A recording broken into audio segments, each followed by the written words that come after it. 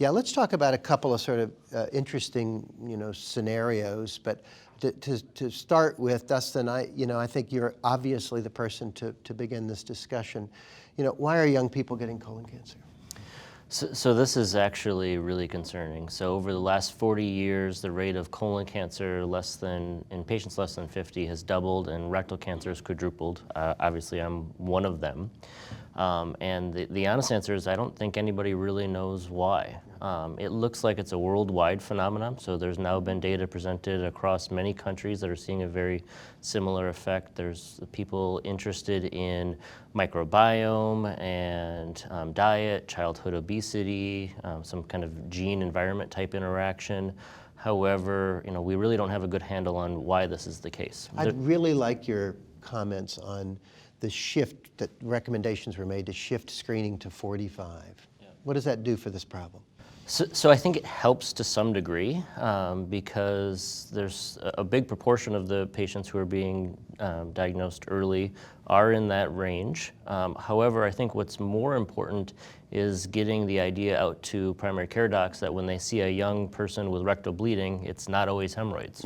And that really being proactive and looking for rectal cancer, understanding that people in their 20s and 30s are getting rectal cancer at a much more quick pace or more prevalent pace than before is really important. God bless the primary care doctor, the ER doctor, who's got to make that decision, 30 times a day of how much testing do you recommend. Kathy, I know you care a lot about this space. What I are was your just going to say, yesterday when they presented the TNT updated arm, 1/3 of those patients were less than 50 years old, which was so striking to me. And I think it's just something that we all need to investigate further.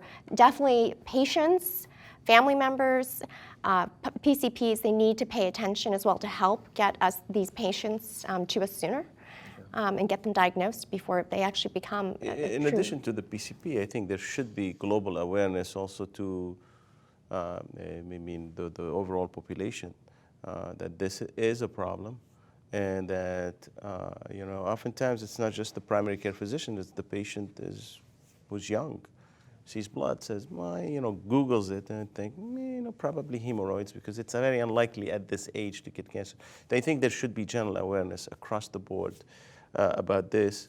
And this is a rising problem and probably going to continue to get worse. But the issue is, the issue is that also young patients, a large part of the time, they feel so well, they're so healthy, they don't think they need a PCP, right? Yeah. Many of them don't even have one. Particularly men in this age group, don't go regularly. Mm-hmm. Women have GYN visits, right. But, men don't generally go. And more, doc in a box or strip mall kind of urgent care centers are replacing primary cares too. So this is a really important message. My hope, my fingers crossed hope, is that as we study this, we will actually learn some important fundamental understanding of colon cancer. Yeah. And I think why and what's going on, which might be applicable to all sorts of patients, right? That would be the good thing. And there's also lots of additional patient advocate groups as well as other organizations, other institutions that are supporting a young colorectal cancer program. And as a guy who's been sort of jealous of breast cancer all my life,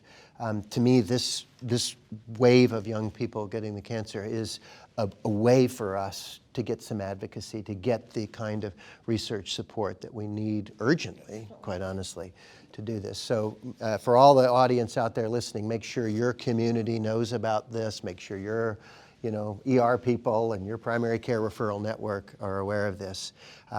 So Dustin, thank you for sharing your thoughts on that.